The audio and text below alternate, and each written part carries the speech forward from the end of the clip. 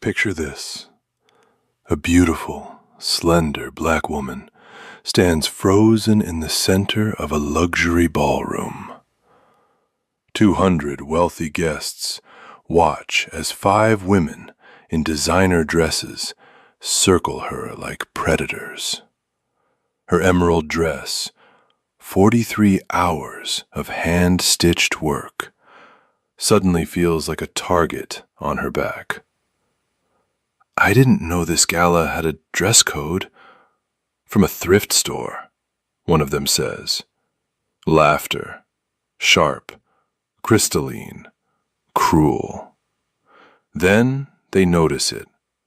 Her shoe, the heel separating from the sole. "Someone should call security," they say, "before she hurts someone important."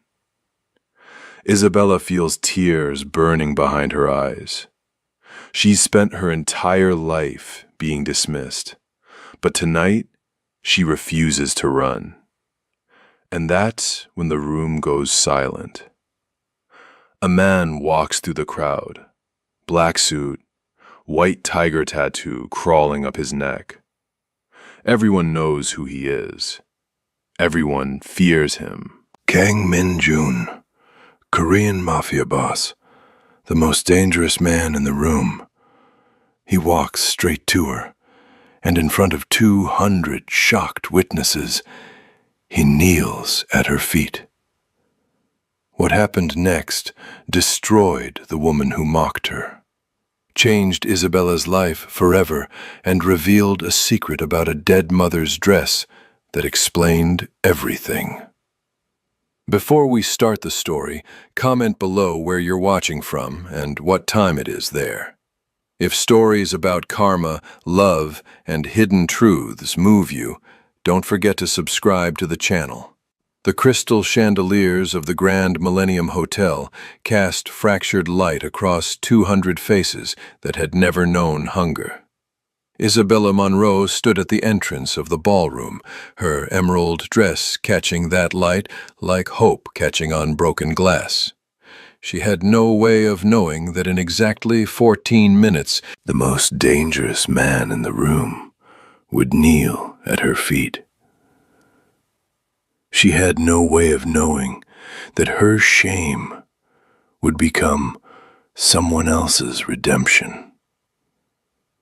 She had no way of knowing that the last dress a dead woman ever sewed would save her life tonight. But that knowledge lived in the future. Right now, in this moment, Isabella only knew the weight of eyes that had already decided she didn't belong. The invitation had come 3 days ago. Mrs. Patterson, one of her few wealthy clients, had called with urgency in her voice.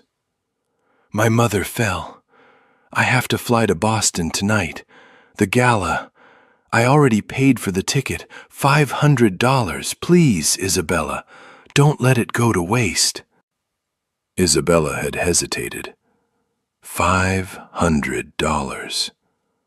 That was rent. That was fabric for 6 dresses. That was meals for a month. But Mrs. Patterson had insisted. "You deserve a night of beauty. You work so hard. Please." So Isabella had worked harder.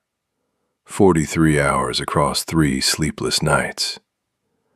The emerald silk had cost her last savings. Each seam was hand-stitched with French technique she'd learned from YouTube videos at 3 a.m. The cut was calculated to celebrate her body, not apologize for it. When she'd looked in the mirror that evening, for one brief moment, she'd felt beautiful.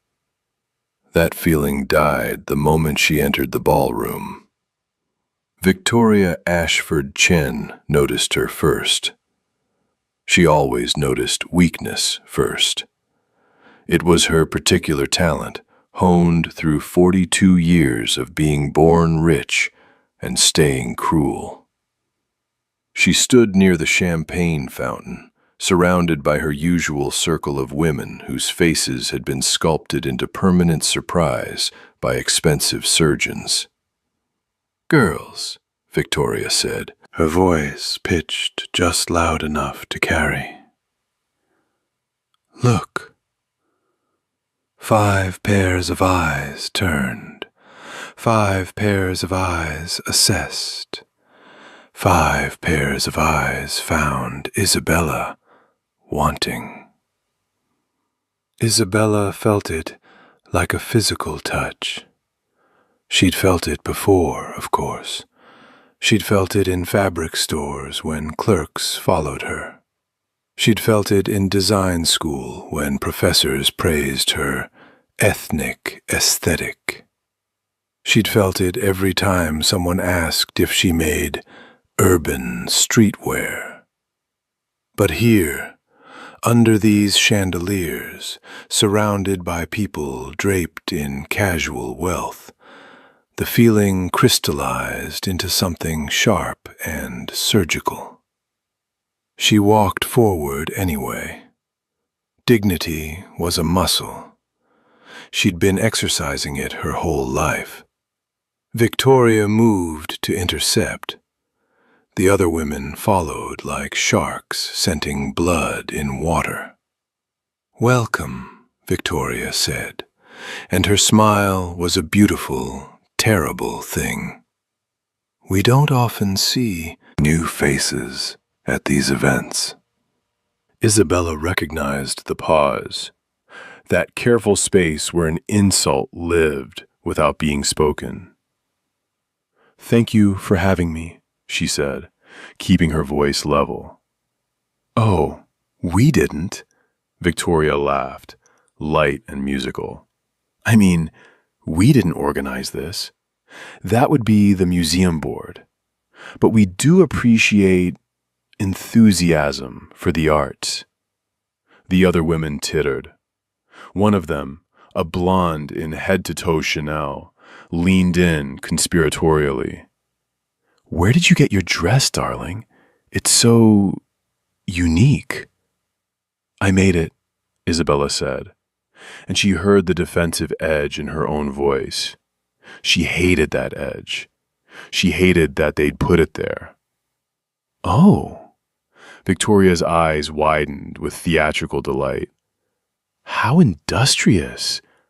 I love the whole handmade aesthetic. Very artisanal, very Brooklyn."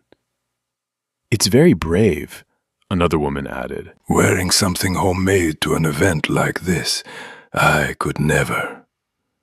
Isabella felt heat rising in her chest. Her grandmother's voice echoed in her memory. "They want you to react, baby. Don't give them the satisfaction." But her grandmother had never stood in a room where her humanity was being dismantled, stitch by stitch. "I think craftsmanship matters," Isabella said quietly. "Whether it's made in an atelier in Paris or in my apartment in Harlem." "Oh, absolutely," Victoria agreed, her voice dripping with false warmth. "I actually donate to several charities that teach sewing skills to underprivileged communities. It's so important to give people practical skills." The condescension landed like a slap. Isabella's jaw tightened, but before she could respond, she felt it, a subtle shift in her right foot. Her shoe, the heel, the adhesive was failing. "No, not now. Please, not now." She tried to adjust her weight discreetly, but Victoria's eyes were too sharp. They dropped to Isabella's feet. Her smile widened. "Oh my goodness," Victoria said, her voice pitching with concern that fooled no one. "Your shoe, is it—" Isabella looked down. The heel was separating from the sole. Slowly. Inevitably. like everything she'd worked for coming apart under scrutiny. "It's fine," Isabella said, but her voice came out strangled. "It's really not safe," the blonde woman said. "You could trip. You could hurt someone." "Someone should call security," another woman added, "before there's an incident." They were circling now. Literal circling.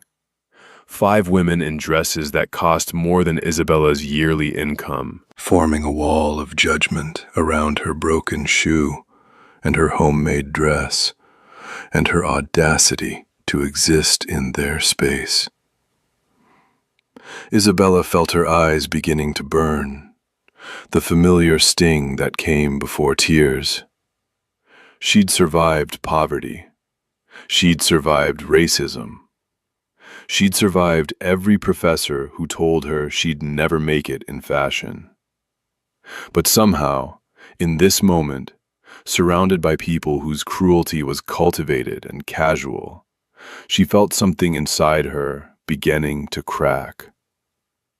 And then, the room went silent. Not gradually, instantly, like sound itself had been murdered. Isabella looked up. Every person in the ballroom had turned toward the entrance. Every conversation had stopped mid-sentence.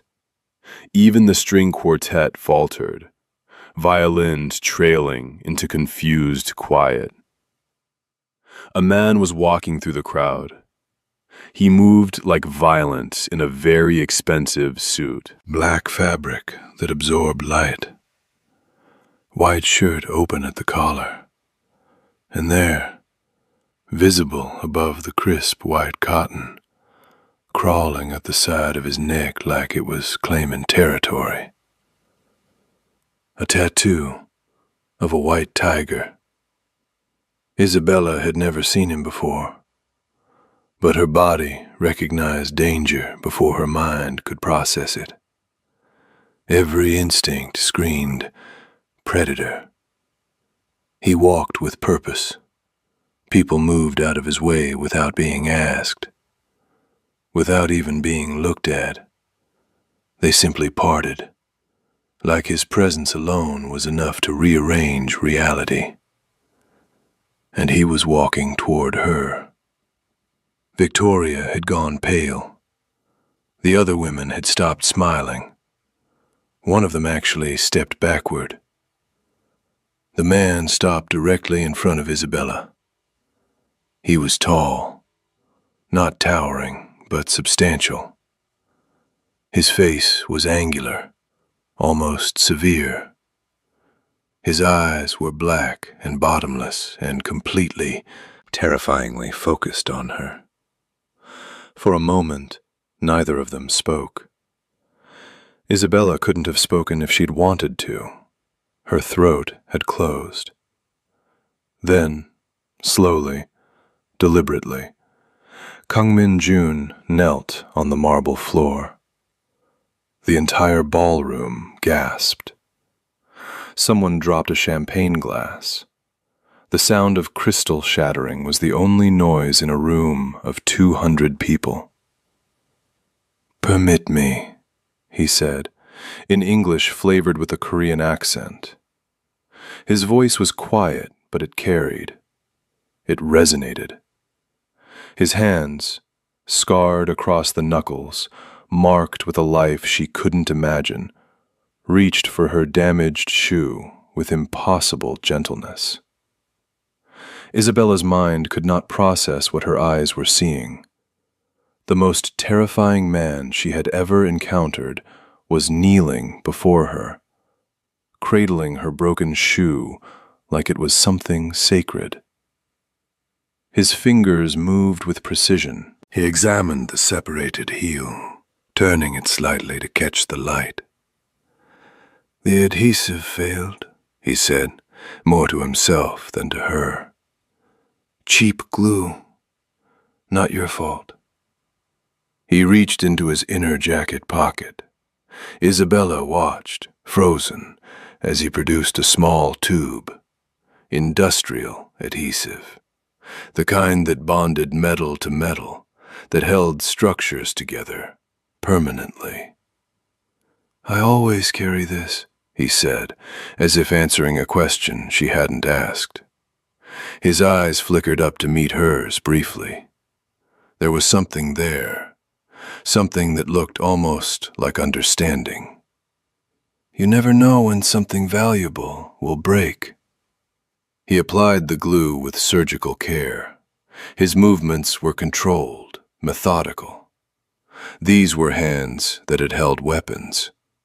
Isabella could see the scars, the slightly misaligned knuckle on his left hand that suggested it had been broken and healed wrong. But right now, those hands were impossibly gentle. Victoria found her voice first. It came out higher than usual, strained.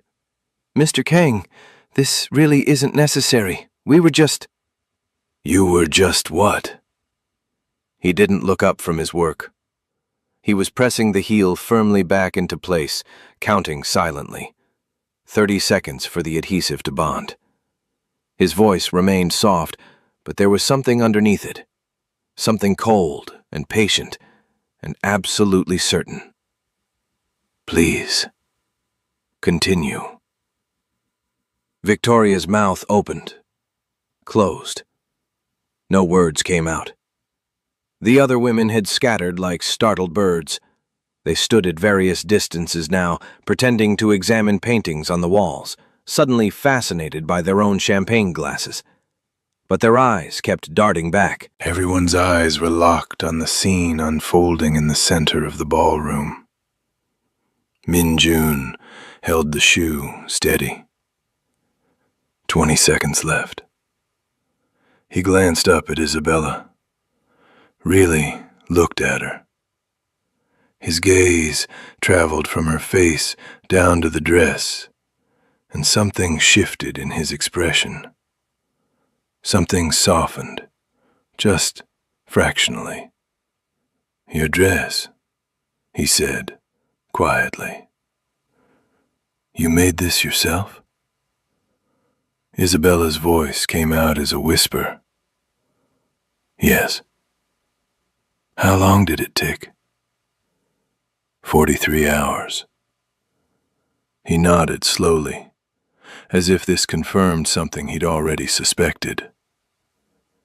"French seams on the interior?" She blinked, startled. "How do you—" "My mother was a seamstress." He said it simply, factually. But Isabella heard the weight beneath the words, the past tense, the way his jaw tightened almost imperceptibly. She worked for women like them. He tilted his head slightly, indicating Victoria and her friends without looking at them. Rich women. Women who treated her like furniture, like air, like nothing. 10 seconds left. He was still holding the shoe, still pressing the heel in place, but his attention was entirely on Isabella now.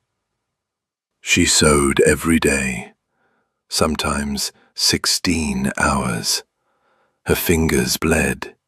She developed arthritis before she was 40, but she never complained. His voice remained soft, conversational, but everyone in the ballroom was straining to hear. She told me once that sewing was the only thing she could control, that when she made something beautiful, it proved she existed. 5 seconds. When I was 12, she made herself a dress, blue cotton, simple. It took her 40 hours because she worked on it at night after her regular jobs. She made it perfect. Every seam invisible, every button placed exactly right. He paused.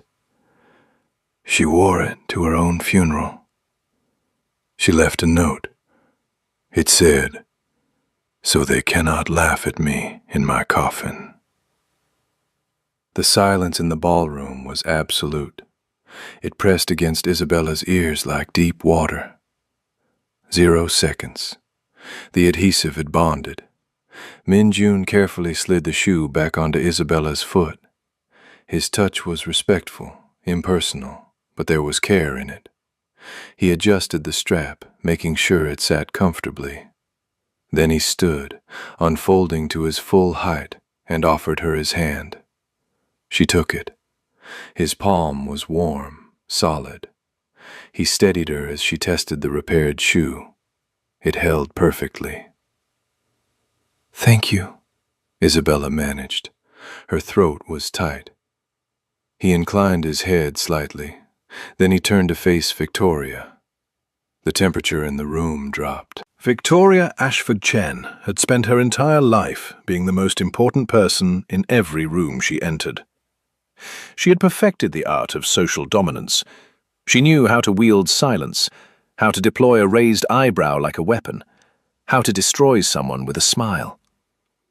But standing there, with Kang Min-jun's black eyes fixed on her, she looked small, fragile, prey.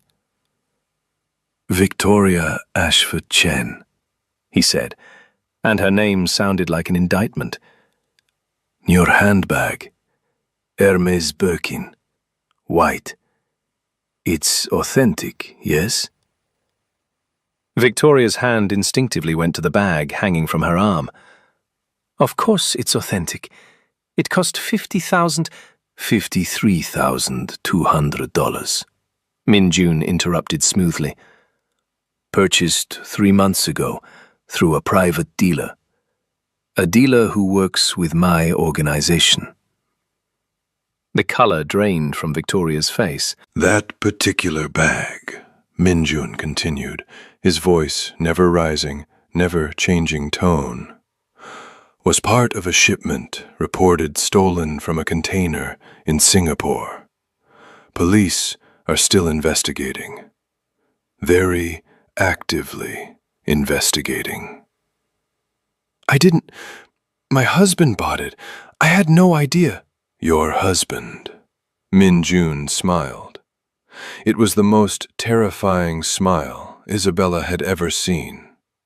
It was technically a smile, lips curved, teeth visible, but it contained no warmth, no humanity. It was a predator showing its teeth. "Richard Chen. Interesting man. He owes $2.3 million to my associates in Macau. Gambling debts. The interest compounds weekly. Did he mention that to you?" Victoria swayed slightly. One of her friends moved forward as if to catch her, then thought better of it and stepped back.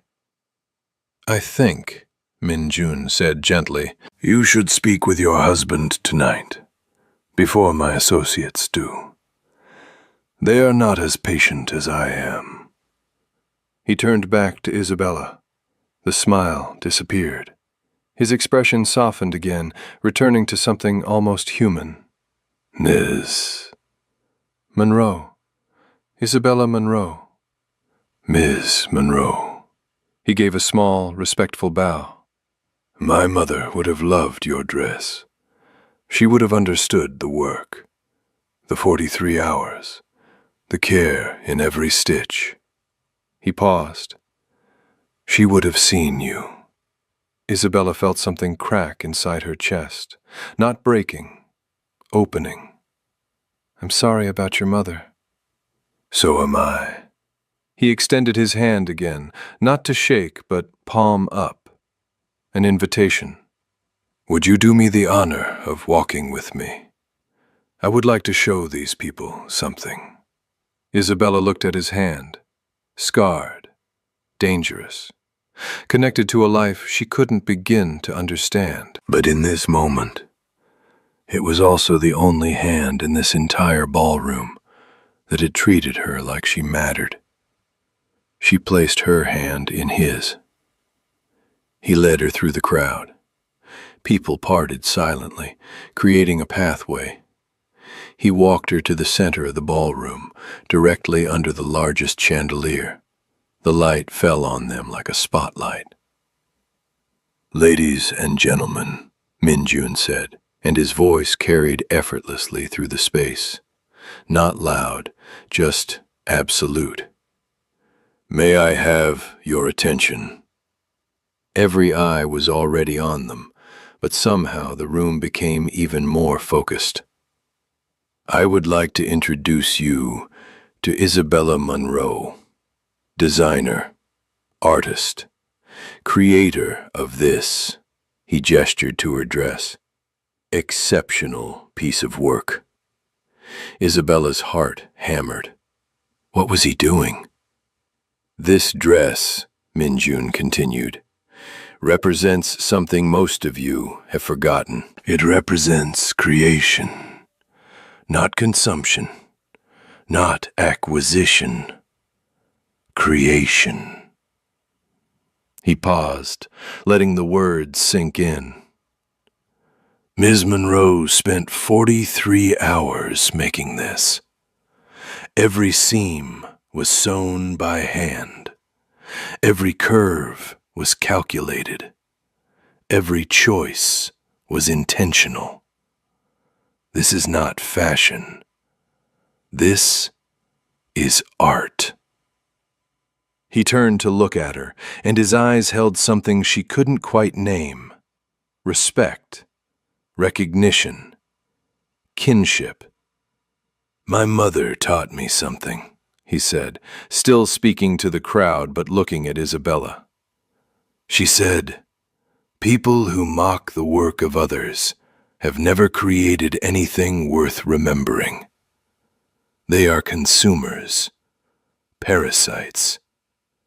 They purchase meaning because they cannot generate it themselves.'" The words hung in the air like smoke after gunfire. Isabella watched Victoria's face cycle through emotions, shock, rage, humiliation, before settling on something that looked like fear. Minjun wasn't finished. "Ms. Monroe," he said, turning fully to face her now. "My organization, Beko Luxury Group, specializes in high-end fashion imports throughout Asia-Pacific. We work with exclusive designers. We provide them with unlimited resources, complete creative freedom, and protection." He emphasized that last word slightly. "We are currently seeking a lead designer for our new sustainable luxury line. 3-year contract. 7-figure salary, full benefits, complete artistic control." The ballroom erupted in whispers. Isabella felt dizzy. 7 figures. That was life-changing money. That was security. That was everything she'd worked for handed to her on a silver platter. But nothing came free. Nothing ever came free. "Why?" The word escaped before she could stop it. "Why me?"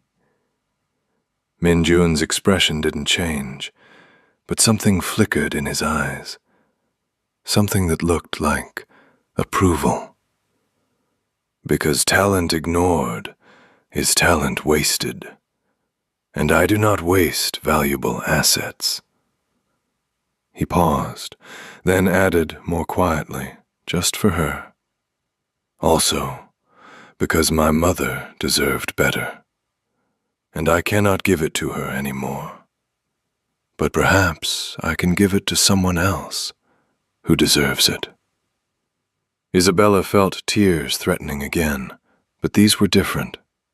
These weren't tears of humiliation. These were something else entirely. "I need to think about it," she heard herself say. Her voice was steadier than she felt. Minjun nodded. "Of course. Take your time. My associate will contact you tomorrow with details." He reached into his jacket and produced a business card. heavy cardstock, embossed lettering. He placed it in her hand, and his fingers brushed hers briefly. One more thing. He turned back to the crowd. His gaze swept across the room and landed on Victoria, who looked like she wanted the marble floor to swallow her whole. Mrs. Ashford Chen was correct about one thing, Minjun said. Security should be called, just not for the reason she suggested. He pulled out his phone, tapped something, and held it up so the screen was visible to those nearby. I've just sent evidence of your stolen handbag to the NYPD. I've also informed them about your husband's outstanding warrants in Macau. They should be here within 15 minutes. Victoria made a sound like a wounded animal. You can't. You wouldn't. I already have. His voice remained perfectly calm. You should leave now. Use the side exit. If you hurry, you might reach your lawyer before the police reach your home. 2 security guards appeared at the edge of the crowd. Not hotel security. These men wore dark suits with subtle earpieces. They moved with military precision. Min Jun's men. Victoria looked at them, then at Min Jun, then at Isabella. For a moment, hatred blazed in her eyes, pure, undiluted loathing. Then survival instinct kicked in. She grabbed her Birkin bag and fled, her designer heels clicking frantically against the marble. Her friends scattered like roaches when the lights come on, suddenly desperate to be anywhere else. The ballroom exhaled collectively. Min Jun turned back to Isabella. The mask slipped just slightly, just enough for her to see the man beneath the monster. I apologize for the theatrics, he said quietly. But some lessons need to be public. What you said about your mother, Isabella whispered. Was it true? His jaw tightened. Every word. She hanged herself in her sewing room when I was 12. I found her wearing the blue dress. It was the most beautiful thing she'd ever made. And she wore it to die in because she wanted to be beautiful just once. Because she was tired of being invisible. Isabella's hand went to her mouth. Oh God. I built everything I have on that memory, Min Jun continued. His voice was low, meant only for her. Every dollar, every connection, every ounce of power, so that no one could ever dismiss me the way they dismissed her, so that I could protect people who create things, people who matter. He paused. People like you. But I don't know you, Isabella said. You don't know me. I know enough.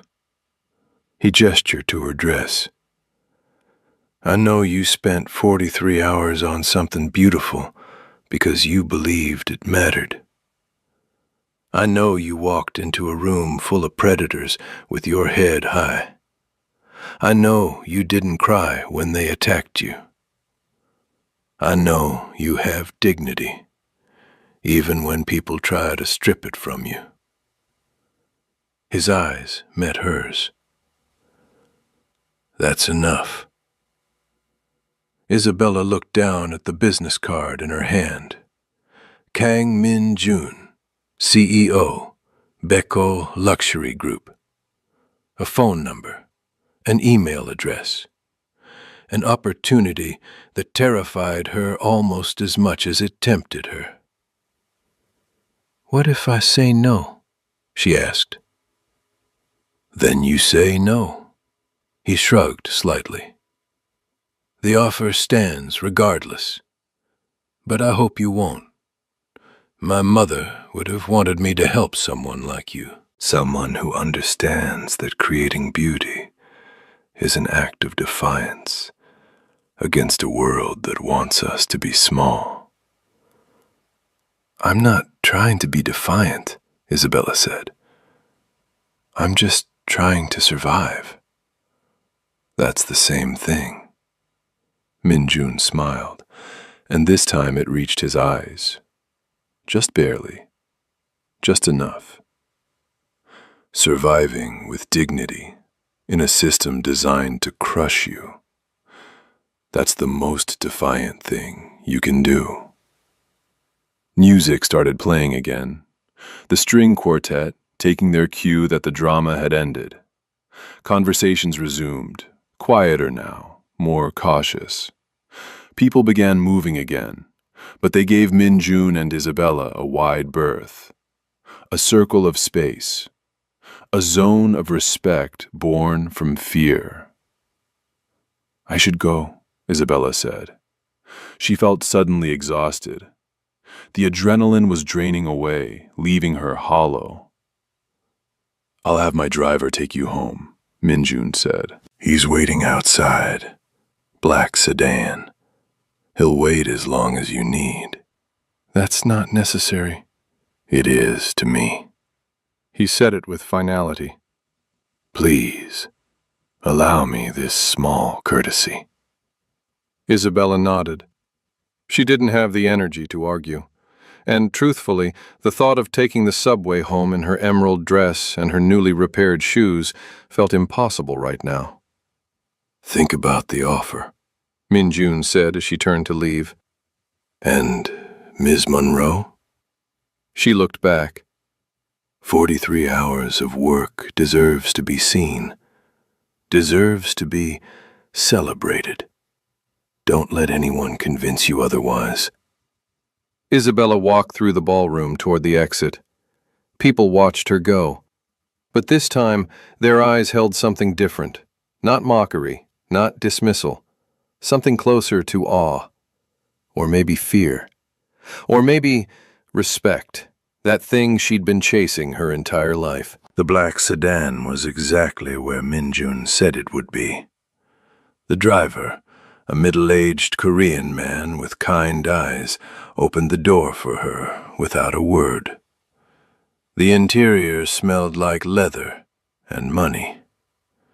As they pulled away from the hotel, Isabella looked back through the rear window.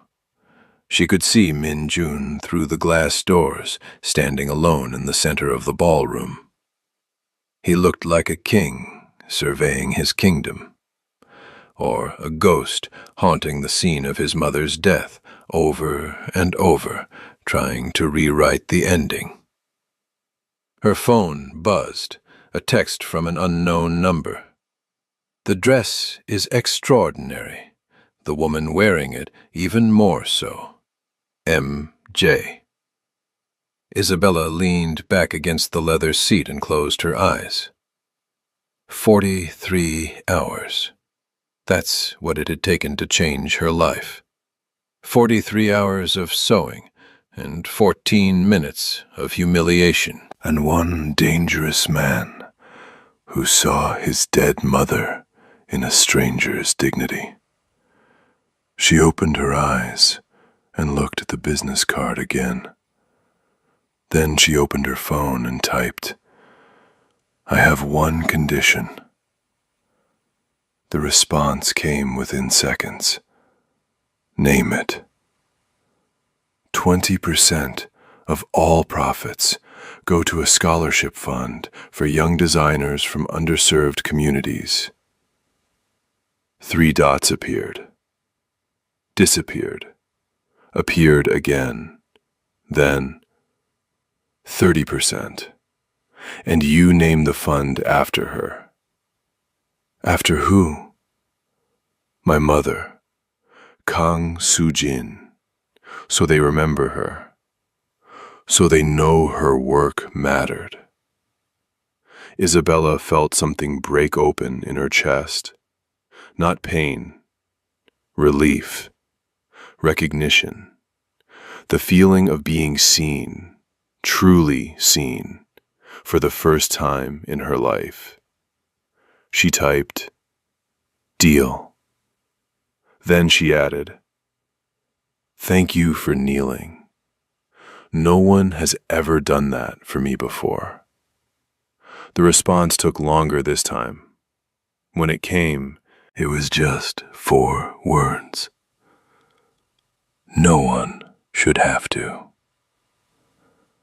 3 months passed like water through cupped hands.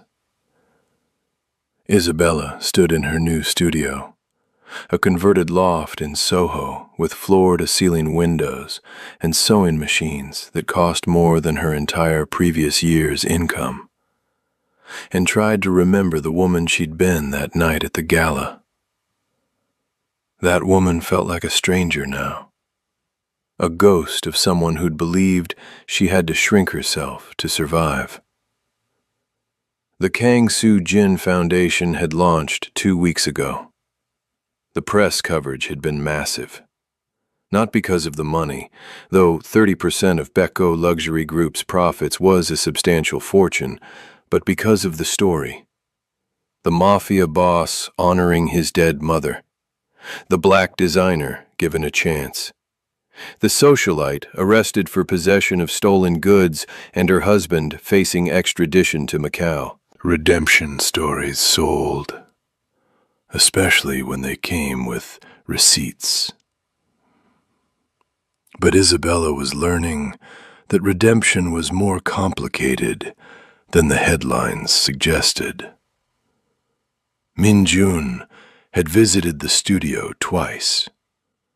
Both times, he'd been accompanied by men in dark suits who stood outside and pretended they weren't armed. Both times, he'd examined her work with the careful attention of someone who understood craftsmanship. He'd pointed out a seam she'd missed, suggested a different drape for a jacket, asked thoughtful questions about sustainable fabric sourcing. He never mentioned his mother again, but Isabella saw her ghost in everything he did. On his second visit, after approving her designs for the spring collection, he'd paused at the door. "May I ask you something personal?" Isabella had nodded, though her stomach tightened with uncertainty. "That night at the gala, when Victoria and her friends were mocking you, why didn't you leave?" She'd thought about lying, about saying something noble or brave. But she owed him honesty. "Because I've been leaving my whole life. Every time someone made me feel small, I left. I walked away. I told myself it was dignity." She'd paused, remembering the weight of those eyes, the sting of those words. But that night, I realized leaving was just another word for surrender. So I stayed. Min Jun had studied her for a long moment. Then he'd said, "My mother never learned to stay. She left in the only permanent way she could." His voice had been flat, factual, but Isabella heard the wound beneath it. "I spent 23 years trying to understand why, and the only answer I have is that the world broke something in her that couldn't be fixed." "I'm sorry," Isabella had whispered. "Don't be. Use it." He'd gestured to the studio, to the designs pinned to the walls, to the future they were building together. Every piece you create, every designer you help through the foundation, every time you refuse to be small, that's how we fix what they broke. Not by saving one person, but by changing the system that breaks people. Now, standing alone in the studio, with fabric samples scattered across her desk, Isabella understood what he'd meant. This wasn't charity. This was warfare.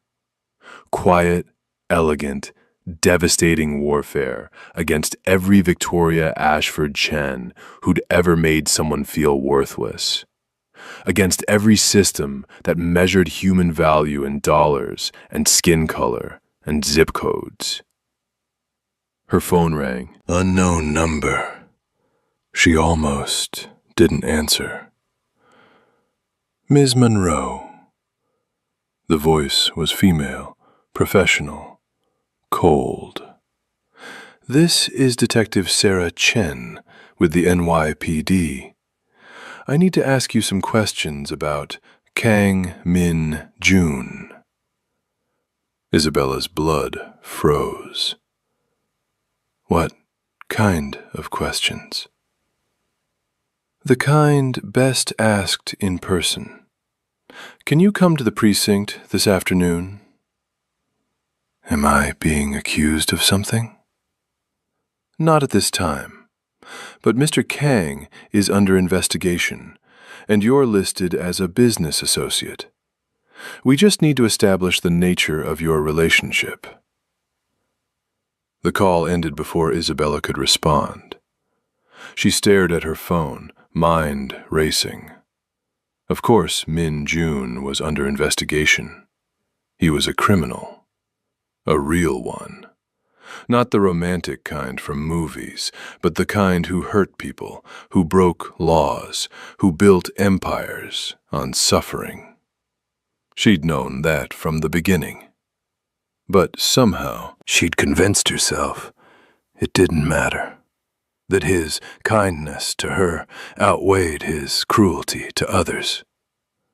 Now, reality was demanding payment. She called the number on his business card. It rang once. Isabella. His voice was calm. He already knew. The police want to talk to me.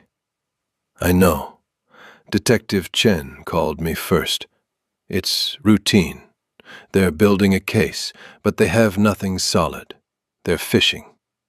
Are you telling me to lie? Silence. Then, I'm telling you to be honest. Tell them exactly what happened. The gala, the contract, the foundation, all of it. He paused. The truth is the best defense, because the truth is that you've done nothing wrong. But you have. She said it quietly, but firmly. Haven't you? Another pause, longer this time. Yes. I have done many things that would horrify you. Things I will never tell you about, because you don't need that weight.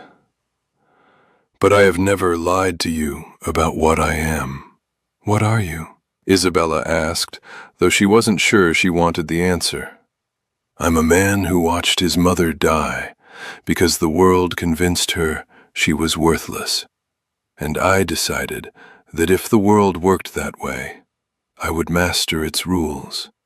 I would become powerful enough that no one could dismiss me. No one could ignore me. No one could make me feel small ever again. His voice was steady, but she heard the old wound bleeding through. I've done terrible things in service of that goal, but I've also tried to do some good. You're part of that good, Isabella.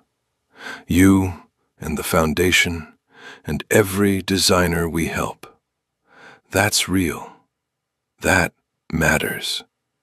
Does it matter enough? Isabella whispered. Does it balance the scales? No. He said it without hesitation. It never will. But it's better than doing nothing. Isabella closed her eyes. She thought about the scholarship recipients, 12 young designers already selected, already starting their education. She thought about the opportunities being created, the cycles being broken. She thought about a woman named Kang Soo Jin who'd sewn herself a blue dress and worn it to die in. I'll tell the truth, she said finally. All of it. Good. She heard relief in his voice. One more thing. Whatever happens to me, whether they arrest me or not, The foundation continues. It's in a protected trust. Your position is secure. The contracts are ironclad. You'll be fine." "I don't want to be fine," Isabella said. "I want to understand. That night at the gala, was it planned?" "Did you know I'd be there?" The silence stretched so long, she thought he'd hung up. Then, "Yes, Mrs. Patterson is one of my legitimate investors. She told me about you, about your talent, about how you were struggling. She also told me about Victoria's group chat. They'd planned your humiliation. Victoria had been bragging about it for days, how she'd destroy the charity case who'd infiltrated their event." He paused. "I decided to attend, to observe, to see if you were worth protecting." Isabella felt something cold settle in her stomach. "So, it was a test. It was reconnaissance. But when I saw you standing there, refusing to cry, refusing to run," his voice softened. "It stopped being about Victoria. It stopped being about revenge. It became about you, about seeing my mother in your dignity, about having a chance to do for you what I couldn't do for her. You used me," Isabella said, not angry, just stating fact. "Yes, at first. But then," he trailed off.